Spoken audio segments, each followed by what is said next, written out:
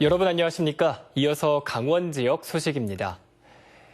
오늘 화천의 낮 최고 기온이 31.7도까지 오르는 등 도내 일부 지역에서는 올 들어 가장 더운 날씨를 보였습니다. 오늘 낮 최고 기온은 화천이 31.7도, 춘천이 30.7도, 홍천과 양구, 영월은 30.5도 등으로 나타났습니다. 또 양구와 평창 등 일부 영서 지역에서는 기온이 높게 오르면서 대기 불안정으로 낮 동안 소나기가 내리기도 했습니다. 내일도 영서 지역은 오늘과 비슷한 더위가 이어지겠고 영동 지역은 낮 기온이 18도에서 23도 분포로 비교적 선선하겠습니다. 강원도 내 건조특보가 일주일 가까이 이어지고 있는 가운데 오늘 도내 곳곳에서는 화재가 잇따라 발생했습니다. 오늘 오후 6시쯤 홍천군 서면 두미리의 한 야산에서 불이 나 40분 만에 꺼졌습니다. 또 낮 2시 반쯤에도 정선군 신동읍 방제리의 한 야산에서 불이 나 산림당국이 헬기 석 대를 투입해 1시간 반 만에 산불을 진화했습니다. 이보다 앞선 12시 10분에는 인제군 인제읍 귀둔리의 한 주택에서 불이 나 주택 한 채가 모두 불에 타버렸습니다. 시군의회 사무기구는 그동안 시군 감사를 받지 않는 감사 사각지대였습니다. 지난 2017년 양구군의 양구군 의회 직원의 횡령 사건 이후 도내 각 시군은 자체 감사 규칙을 강화하고 의회에 대한 재무 감사를 벌이고 있습니다. 황병춘 기자입니다. 양양군이 각 부서의 일상경비 집행 실태를 감사하고 있습니다. 지난달 29일 시작된 재무감사는 오는 17일까지 신용카드 전폐와 현금 영수증 등을 꼼꼼히 점검합니다. 특히 올해 재무감사에는 의회 사무과도 포함됐습니다. 국내 여비, 일반 운영비, 금량비에 대한 집행이 적절한지에 대해서 감사를 하고 있습니다. 이번 감사는 실과뿐만 아니라 의회 사무과까지 포함해서 감사를 실시하게 되었습니다. 2년 주기의 재무감사를 의회 사무과가 받는 것은 이번이 처음입니다. 전국적으로 의회 사무기구는 자체 감사와 외부 감사로부터 제외되는 감사 사각지대였습니다. 의회 눈치를 보거나 마찰을 꺼려 집행부가 감사를 하지 않았습니다. 지난 2017년 6월 양구군 의회 직원의 횡령 사건이 터진 뒤 감사의 필요성이 부각됐고 국민권익위는 시군 감사 규칙에 의회 사무기구를 포함하도록 권고했습니다. 도내에서는 춘천과 원주, 태백시 등 7개 시군이 지난해 감사 규칙을 개정했고 대부분 시군이 처음으로 재무감사를 벌였습니다. 의회 사무기구에 대한 시군의 자체 감사가 명문화 정례화되면서 더 이상 깜깜이 예산 집행은 어렵게 됐습니다. MBC 뉴스 황병춘입니다. 마을의 안녕과 풍년을 지키는 선왕신 원주 신림의 천연기념물 성왕림이 일반에 공개됐습니다. 50여 종이 넘는 온대 화렵수림이 그대로 보존돼 있는 데다 마을의 종교 의식까지 엿볼 수 있는 그 자리에 이병선 기자가 다녀왔습니다.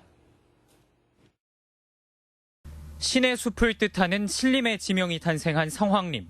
입구에 들어서자 200년 동안 곧디 곧게 자란 아름드리 전나무가 반깁니다. 반대편에는 300년 된 음나무가 풍성하게 가지를 뻗어 선앙당을 감쌉니다.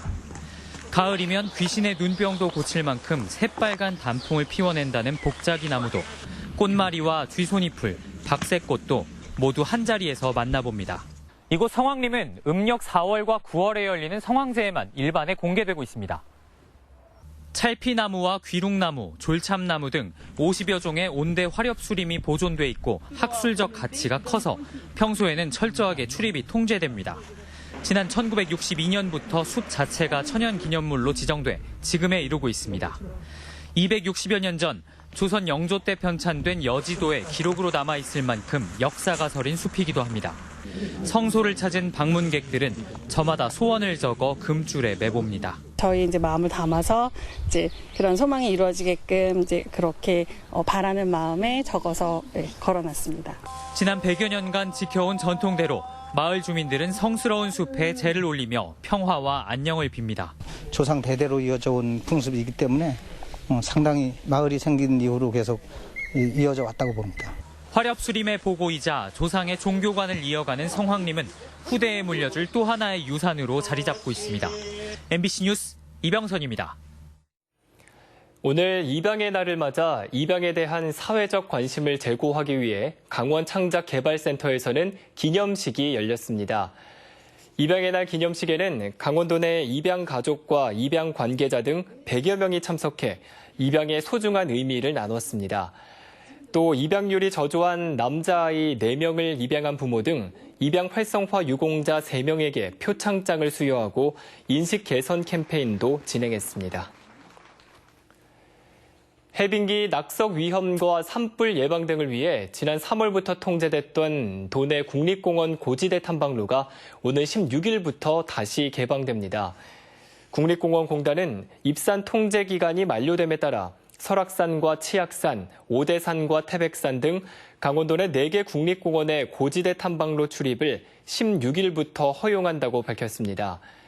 개방 구간은 설악산이 14개 구간 87km, 치악산은 6개 구간 21.8km이며 오대산은 7개 구간 50.48km, 태백산은 17개 구간 44.9km가 해당됩니다. 민주주의에 꽂힌 선거의 중요성을 알리기 위해 유권자의 날 기념 행사가 오늘 춘천 공지천 야외 공연장에서 열렸습니다. 미래 유권자 한마당 페스티벌에는 미래의 유권자인 도내 중고등학교 학생들이 참여해 아름다운 선거와 꽃피는 민주주의 등을 주제로 노래와 춤, 각종 퍼포먼스 경연을 펼쳤습니다. 또 선거의 중요성과 그 의미를 되새기는 투표 체험 행사도 함께 마련됐습니다. 강원FC가 경남 원정 경기에서 시즌 2연승에 도전합니다. 내일 오후 5시 창원 축구센터에서 2019 하나원큐 K리그1 11라운드로 치러지는 경기에서 강원FC는 경남FC를 상대로 2연승에 도전합니다.